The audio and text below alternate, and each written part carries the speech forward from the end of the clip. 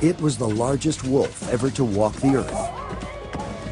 A fierce, powerful, and tenacious predator. The dire wolf killed to survive in a savage Ice Age world. Hunting in packs, the dire wolf was one of the most imposing predators on the Pleistocene landscape. The packs of wolves methodically orchestrated kill after kill. But suddenly, in an instant of geological time, they vanished. In a world where might made right, the powerful dire wolf perished, while its smaller, weaker cousin, the gray wolf, somehow survived. Was the dire wolf unable to satisfy its savage hunger, or did some overwhelming force drive it into oblivion?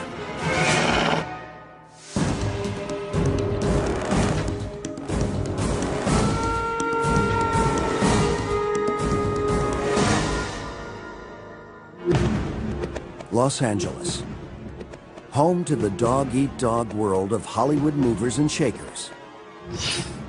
10,000 years ago, a different kind of predator walked these streets. It was the end of the Ice Age, the era called the Pleistocene. The last of the glaciers were receding, and an extraordinary assortment of mammals walked the earth. Not since the age of dinosaurs, 65 million years before, had so many animals of such great size and strength roamed the North American continent. There were sloths the size of bears, mammoths standing more than 12 feet tall. Feeding on these monsters were the hyper-carnivores, killers like the giant short-faced bear and the saber-toothed cat. You step out of your time machine 10,000 years ago, and North America is going to be a furry nightmare. This is the world of the dire wolf, a massive dog-like creature that hunted and killed in huge packs of 30. A tough, fierce meat eater, it could take down prey 10 times its size while fighting off much larger predators. Like a street fighter, it was clawing for its share of the Ice Age world. You just can't be beaten down because you just have the endurance and the stamina and the ferocity to scare or exhaust the opponent into submission. Its tenacity helped the dire wolf survive for more than 100,000 years. Yet today, all that remains are its bones. The remnants of thousands of dire wolves have been uncovered here at the La Brea tar pits in the heart of Hollywood. This black cauldron is a paleontologist's dream. Discovered more than 100 years ago, the tar pits is the greatest repository of Ice Age bones in the world. More than 1 million bones from 231 species of prehistoric animals have been unearthed.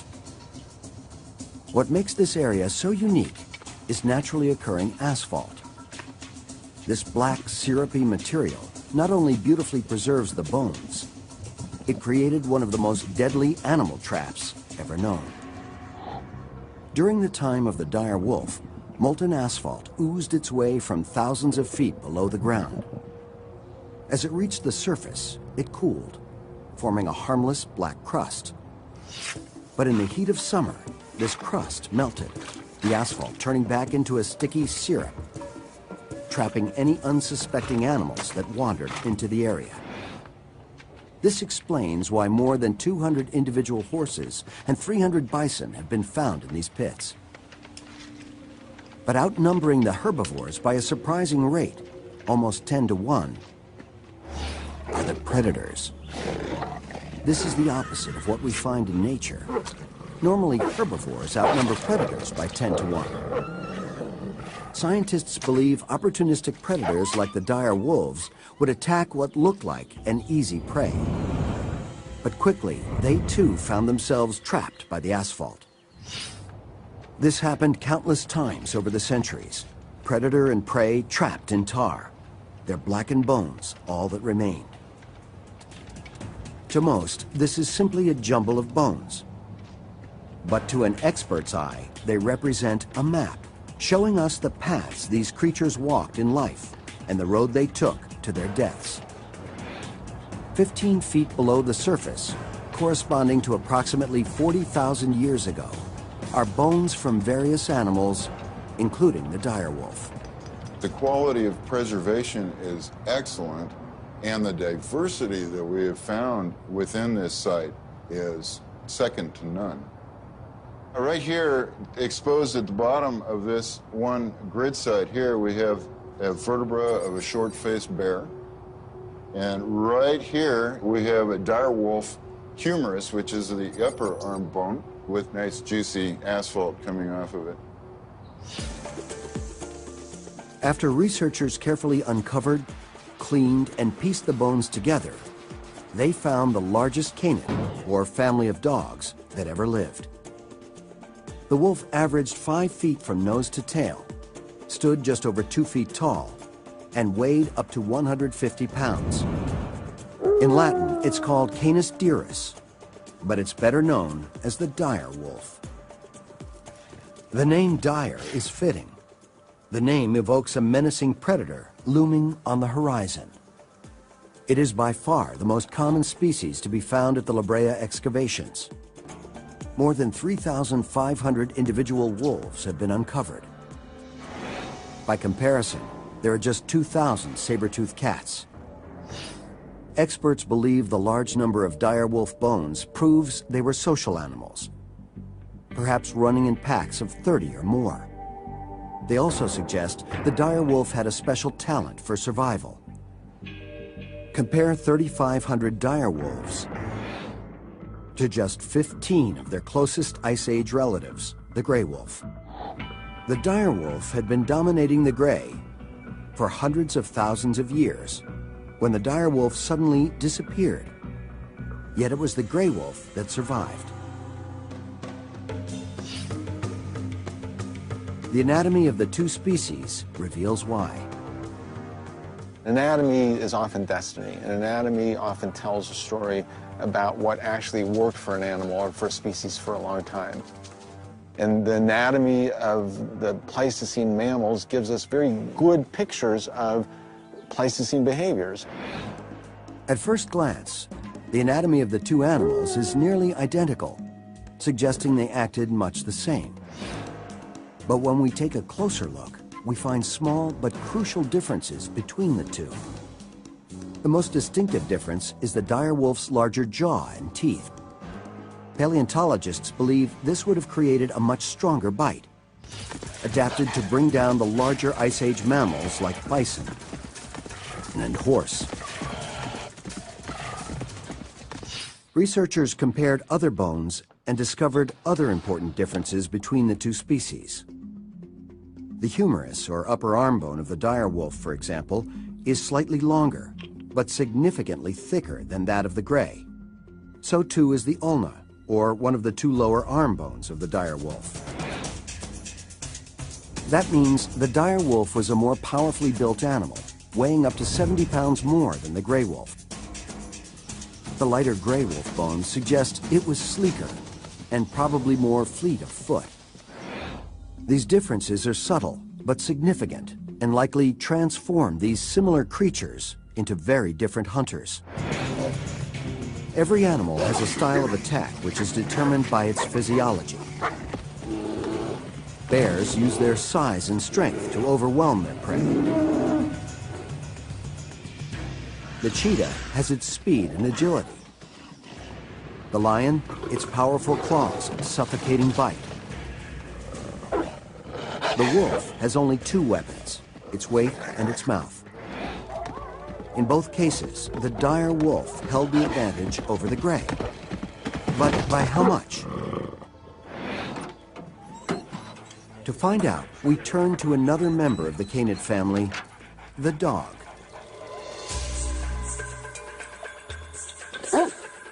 Joe Camp is an animal coordinator for film and television in Los Angeles. Lauren Williams and Brian Hill are professional dog trainers with 8 years of experience teaching dogs to guard against intruders and attack on command. Its powerful bite, together with its robust attack style, probably allowed the dire wolf to bring down much larger prey. Larger, stronger, the direwolf was like a gray wolf on steroids. A super wolf adapted to take on the very largest Ice Age giants. Yet the dire wolf was soon to fade into oblivion, while the smaller, weaker gray wolf would survive. Something had learned to hunt the hunter. A top predator had a ruthless competitor.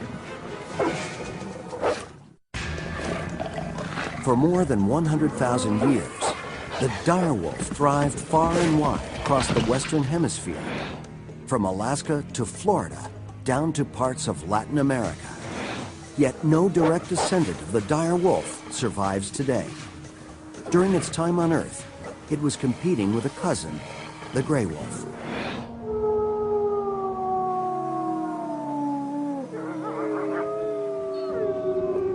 Canis lupus, the Latin name for the gray wolf, was 1,000 years ago as it is today. It survived where the dire wolf and so many other large mammals did not.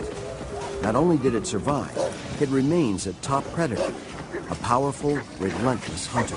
The physical attributes of gray wolves that allow them to be such effective hunters is their speed and their endurance, their persistence. I mean, they will not quit until they acquire that meal. Every one of these traits comes into play, as wolves often take on animals more than 4 times their size. Most grays weigh 70 to 100 pounds, while a bull elk, for example, can tip the scales at 600 pounds or more. What wolf hunting behavior is all about, the guiding principle, is to kill without being killed. Prey are dangerous and can kill wolves, and as a result, they have to be sensitive to the threat posed by the prey animal they encounter, and they assess that threat. With the risk of injury or death looming at each encounter, gray wolves take advantage of their social nature. Like their long-lost cousins, the dire wolves, the grays use sophisticated pack behaviors to take down their prey. There's 6 primary stages that they go through, starting from the time they set out to go searching for prey to the time they actually grab and kill the animal. And so it begins with searching or traveling. Let's just say they encounter a herd, then they'll begin to approach that herd. The wolves' greatest assets are their speed and endurance. As a pack, they can outlast almost any prey. So their best bet for a successful hunt is to get their prey running. The pack spreads out and approaches the group, waiting for the first of the herd to spook and make a run for it. Predictably, the rest of the herd will follow suit.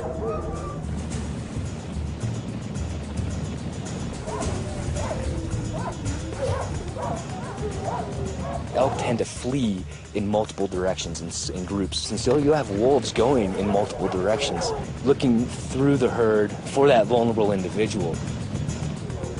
This is when we can see the distinctive genius of the gray wolf. It has the uncanny knack to spot the one individual in a herd that is either injured, sick, or simply too old to outrun it. When the weak elk is spotted, the other wolves in the pack drop their search and join the pursuit of the vulnerable prey. So maybe you started with one wolf, now you've got 6 wolves that are running after this elk. Each member of the pack uses its speed and stamina to keep the elk on the run. Relentless pursuit wears the creature down. Then, the wolves close in for their kill. At just the right moment, with the group close behind, the lead wolf attempts to grab hold of the prey. It tries to bring the elk down so the others in the pack can help with the kill. The key hardware that wolves have in their mouths are the canines. Those canines are critical to grabbing and keeping a hold of an animal. So other wolves allow other wolves to go in and bite. The wolf's canine teeth are pronounced and are designed to grab hold of the prey. It's easier said than done. It can mean hanging on to a 600-pound elk as it thrashes about. Sometimes the elk is strong enough to frustrate the wolves' assault. But the determined pack rarely gives up. What they'll do is they'll rally they'll socialize, they'll team up, they'll huddle up, and there'll be a period of excitement. And you'll hear howling, like you hear just here, where there's barking and excitement like that. And then they'll sort of get their courage back up again, and then they'll initiate another attack. Time and again, the pack will engage the herd, searching for another vulnerable elk until they make the final assault. The lead wolf's bite will penetrate the muscles of its prey. The wound will slow the animal down. Then, with his grip on the elk secured, the others join in. One animal grabs it and then another, and they all grab on. They're able to hold it in place. That allows another animal to take multiple bites out of it and start biting it and bleeding it and start to eat the animal.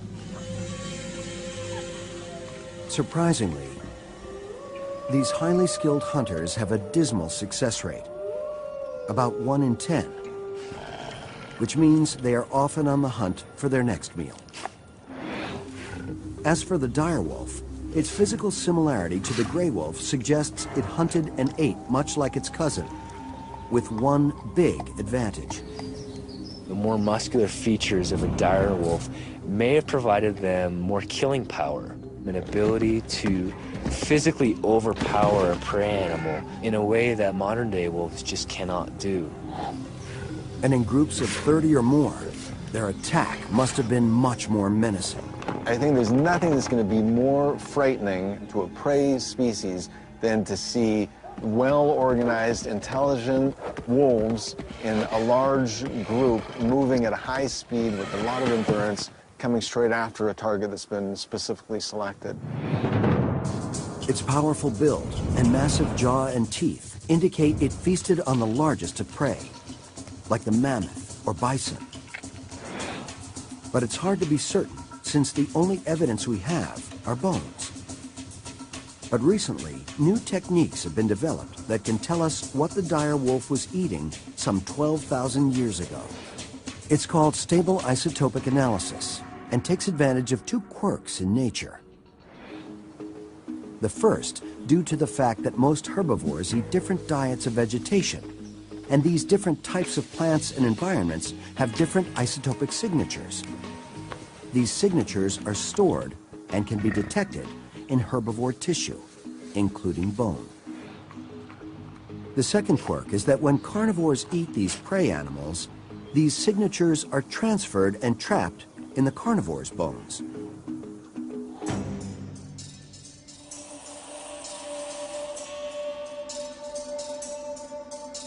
By analyzing the chemical makeup of the meat-eater's bones, scientists can now trace a line from the carnivore back to the prey it ate.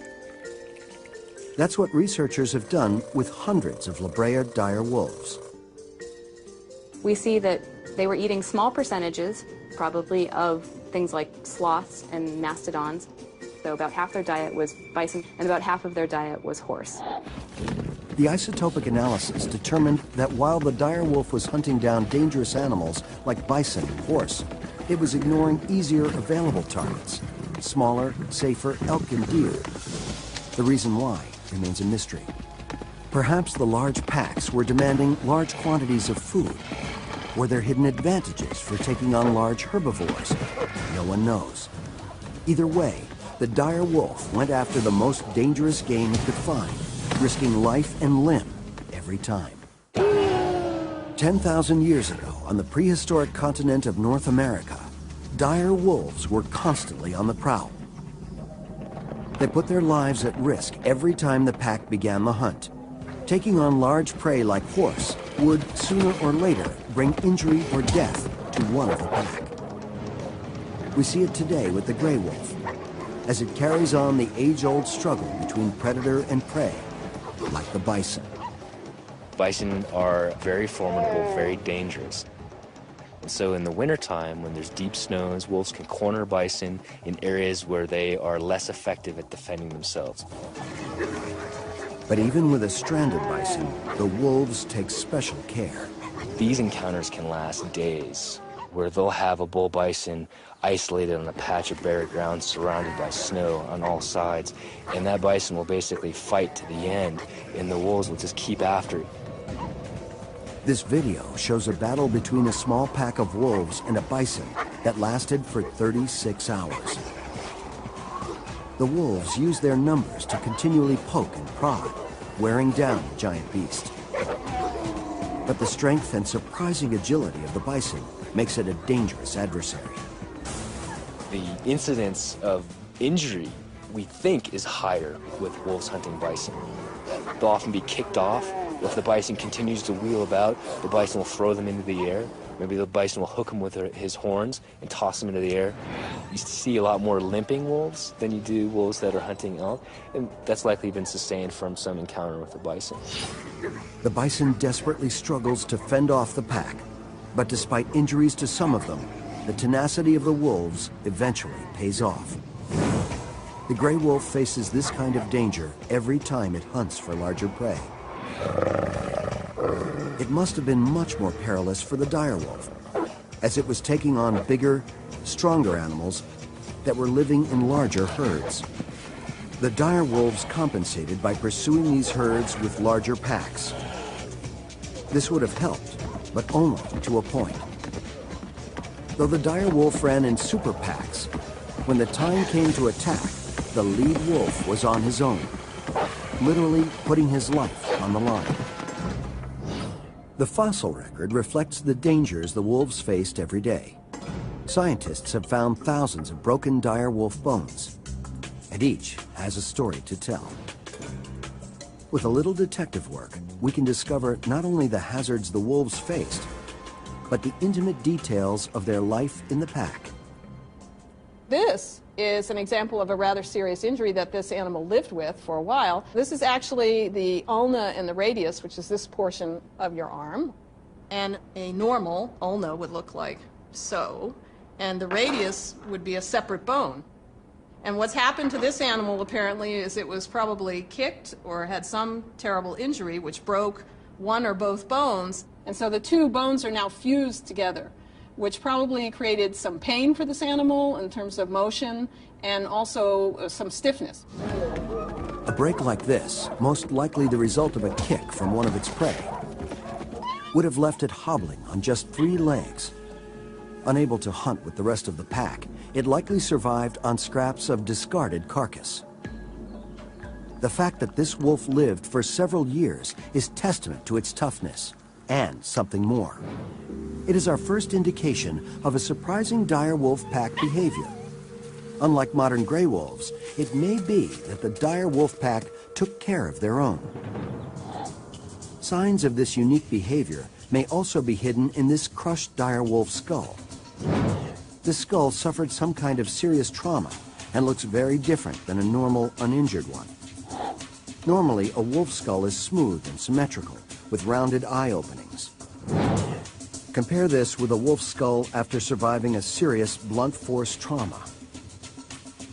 This wolf was likely trampled by a horse or bison. The blow crushed the skull, dislocated the eye, and caused severe brain damage. But surprisingly, it wasn't these injuries that killed the animal. The significant bone growth covering the wound indicates this wolf lived at least 5 months after the trauma. In addition, this skull, along with others suffering much more severe injuries, were found in the tar pits. This suggests the wolves died not from their wounds, but by falling into the tar as they hunted for food. The injuries, while not fatal, were too severe for this wolf to have survived on its own. For many experts, this is additional proof that not only did dire wolves live in packs, but they actually cared for one another. However, the scars on this same dire wolf skull show that pack life was not entirely cooperative. In fact, it was a tough, cruel way of life. We have bite marks. Here's one right here. I don't know if you can see that. It's kind of right there. And then there's another one corresponding right here. So this would have been a bite that kind of came around this way. The bite is likely a sign of dire wolf aggression, possibly within the pack. There's a lot of what I call wolf-on-wolf crime at Rancho La Brea. There's a lot of bites by dire wolves on dire wolves. These marks reflect a behavior often seen in modern gray wolves. There's often a strict hierarchy within the gray wolf pack. The strongest, fiercest male and female stand atop the clan, in what's known as the alpha roles. A constant struggle for dominance among the pack can often lead to fierce, sometimes deadly battles. We can see it after a kill when wolves protect their position in the pecking order. Growling and biting are the simplest ways for a wolf to assert its dominance. This same behavior may be reflected here, hidden in the dire wolf bones. It may be evidence that not only was there violence amongst the ancient packs, but that their lives were not so different from the modern wolf. The gap between the dire and gray wolf narrows even further when we consider that certain bones are missing from the tar pit's collection. Researchers believe the dire wolves found in the area became trapped while hunting in large packs. If this is true, we would expect to find baby wolves hunting alongside the adults, and therefore a significant number of infant bones in the tar pits along with the adults. Yet, of all the thousands of individual wolves that have been uncovered, surprisingly few are pups. Researchers believe the lack of young dire wolf bones reflects the rendezvous behavior of the gray wolf. During the first 6 months of a gray wolf's life, it remains in a protected area known as a rendezvous site. The adults of the pack will bring food to the pup until he is old enough to fend for himself. I believe that the dire wolves were in fact rendezvousing their young, and that they were not showing up for scavenging or for hunting until they were at least 6 months old. This probably means the pack behavior of the dire wolf was closely related to the grays.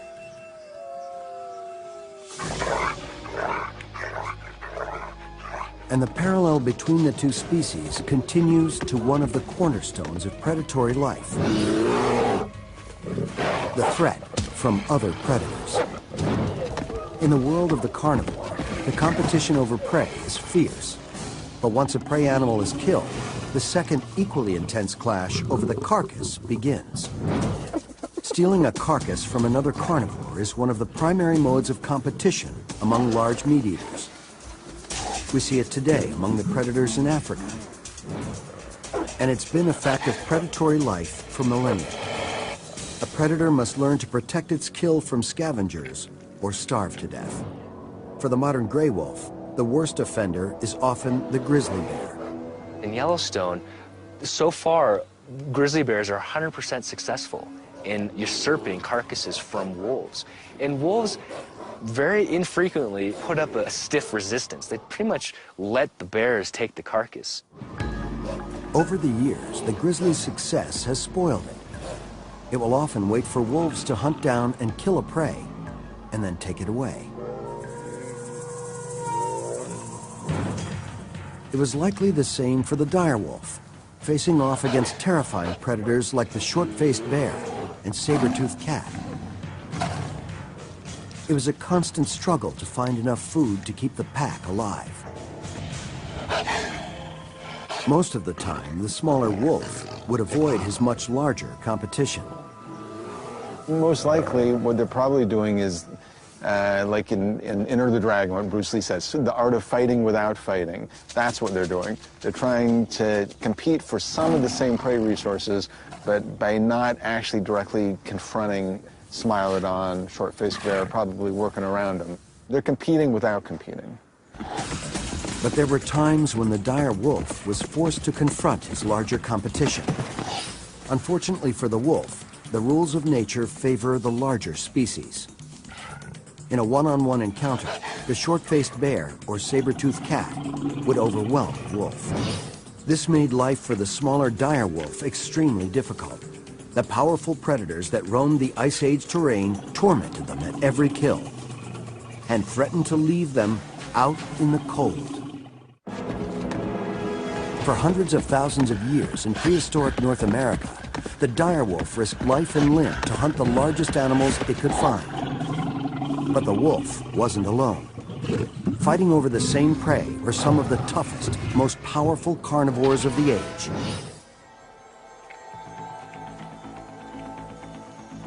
The short-faced bear stood nearly 11 feet tall.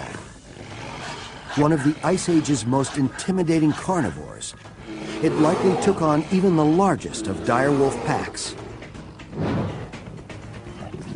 Despite the wolves' aggressive tactics, the bear would have been an almost impossible opponent to defeat. Luckily, the short-faced bear population was small, and encounters were probably rare. However, clashes over food and territory likely pitted the wolf against more common apex predators, like the saber-toothed cat. The saber-toothed cat was a formidable predator, weighing as much as 600 pounds or more. It was fast, strong, and its huge canine teeth made it a dangerous adversary. Individually, the dire wolf was no match against a saber-toothed cat. It would likely turn tail and run before taking it on. But as a member of a pack, it became a commanding presence and would have fought to protect its territory. With its superiority of numbers, the pack would have surrounded a solitary cat, constantly harassing it from all sides. They're most likely in concert in a very threatening type of posturing way. A single Smilodon can't be looking everywhere at once. And even though they're all smaller than you, the numbers and the proximity is probably going to suggest that there's some fights that are just not worth having. The cat would eventually break off the attack and search for a meal somewhere else. Time after time, the large pack size transformed the dire wolf from a vulnerable individual predator to a fearsome opponent. And the larger packs gave them another important but subtle advantage over their competition. They could devour their meal quickly. It was a key to surviving the perilous world of Ice Age carnivores. They had to worry about losing their carcasses, and it would benefit them to finish the carcass entirely and eat very rapidly.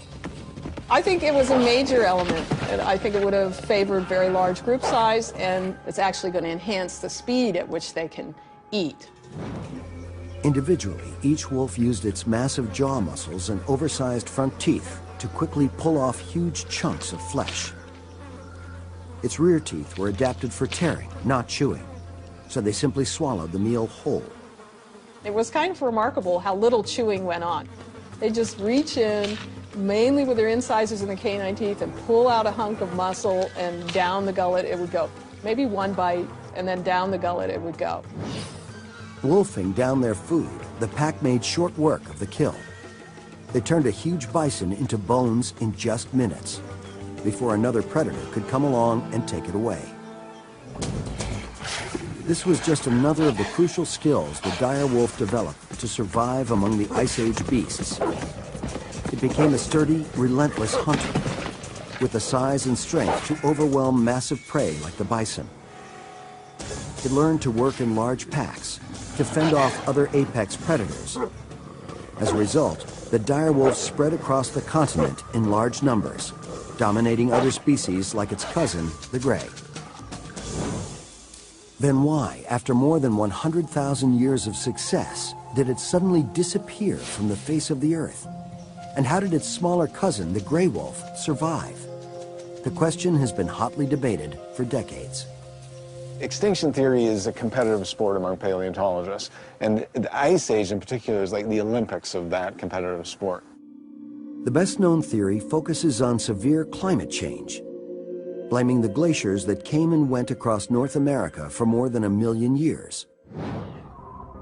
During these periods of glaciation, experts suspect temperatures in Florida never reached higher than 40 degrees, and Southern California looked like the forests and grasslands of our modern Pacific Northwest.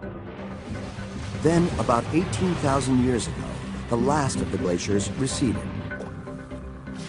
The dire wolves watched as their forested landscapes transformed into a moderate, drier climate. Yet unlike the 3 previous periods of glaciation, they were not adapting as well. And this is one of the oddities of the Pleistocene, is that it's an environment at 10,000 years, and it should be the animals are being more expansive in terms of their range and their resources, and yet they're not. In fact, the changes were pushing species after species into oblivion, even though they had survived several severe climatic changes in the past. Why did all of these large herbivores and large carnivores like the dire wolf manage to survive these climatic changes throughout the Pleistocene, and suddenly they become extinct at the end of the last ice age.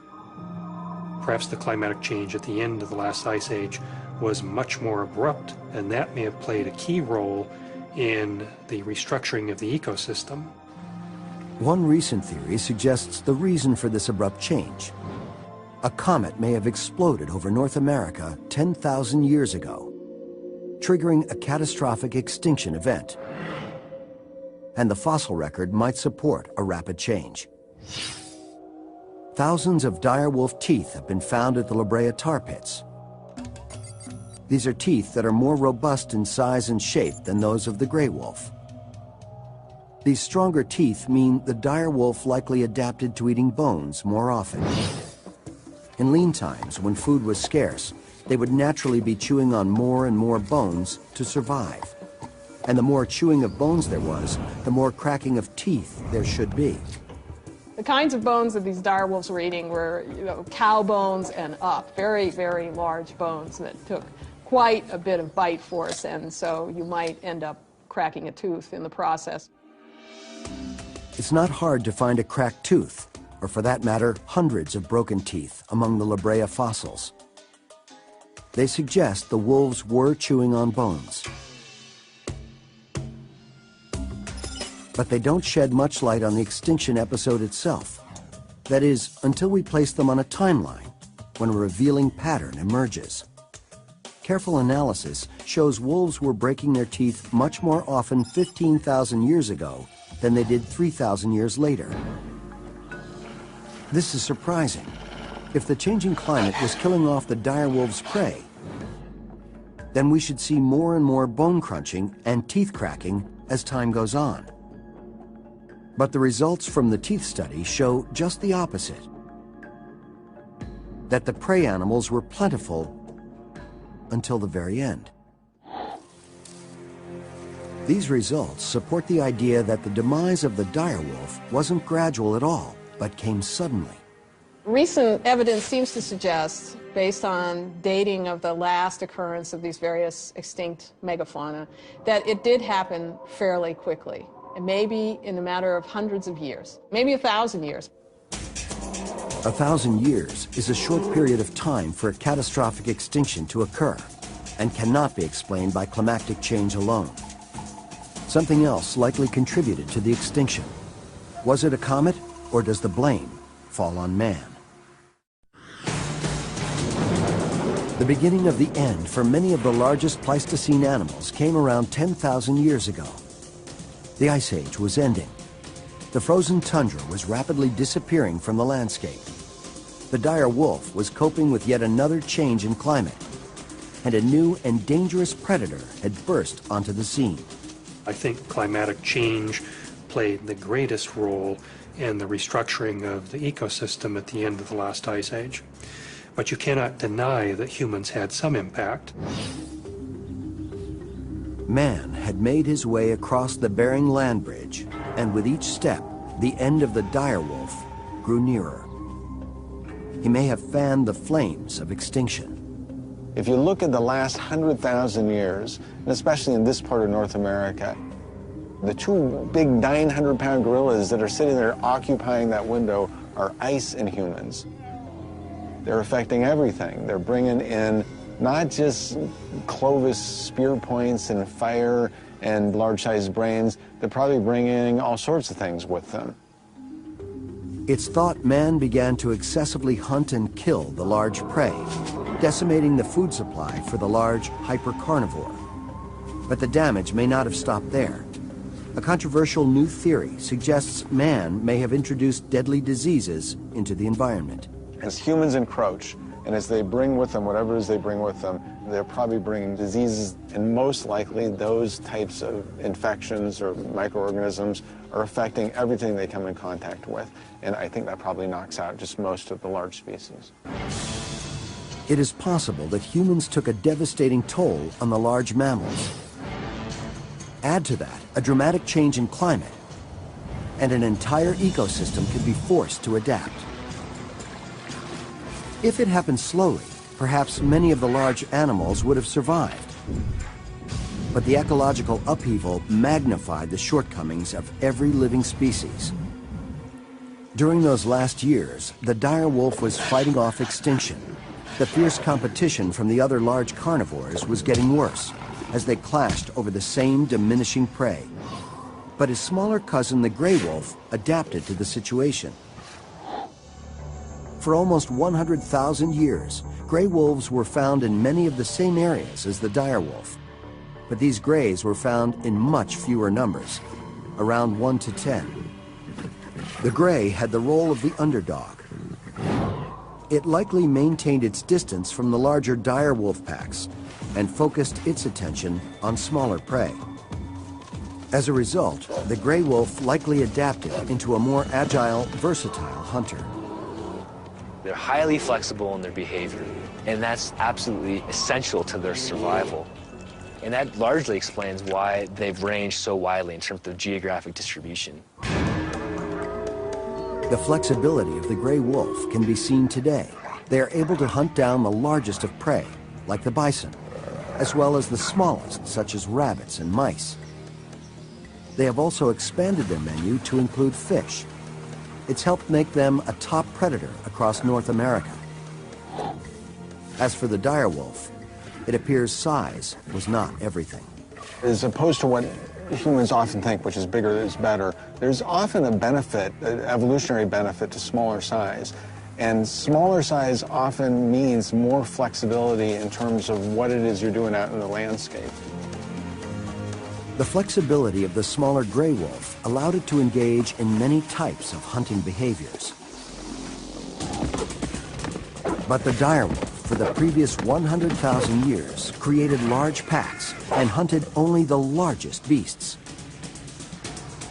When the quickly changing ecosystem required it to modify its lifestyle, it was unable to adjust.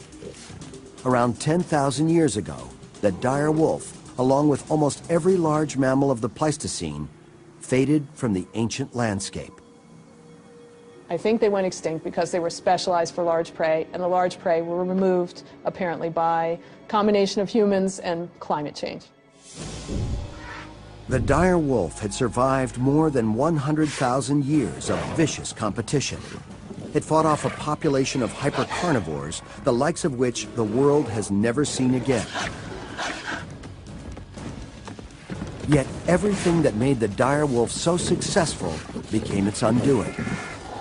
The sheer strength, massive appetite, and killer instincts that allowed them to take on the world's most dangerous prey, ironically, prevented them from acting small enough to survive.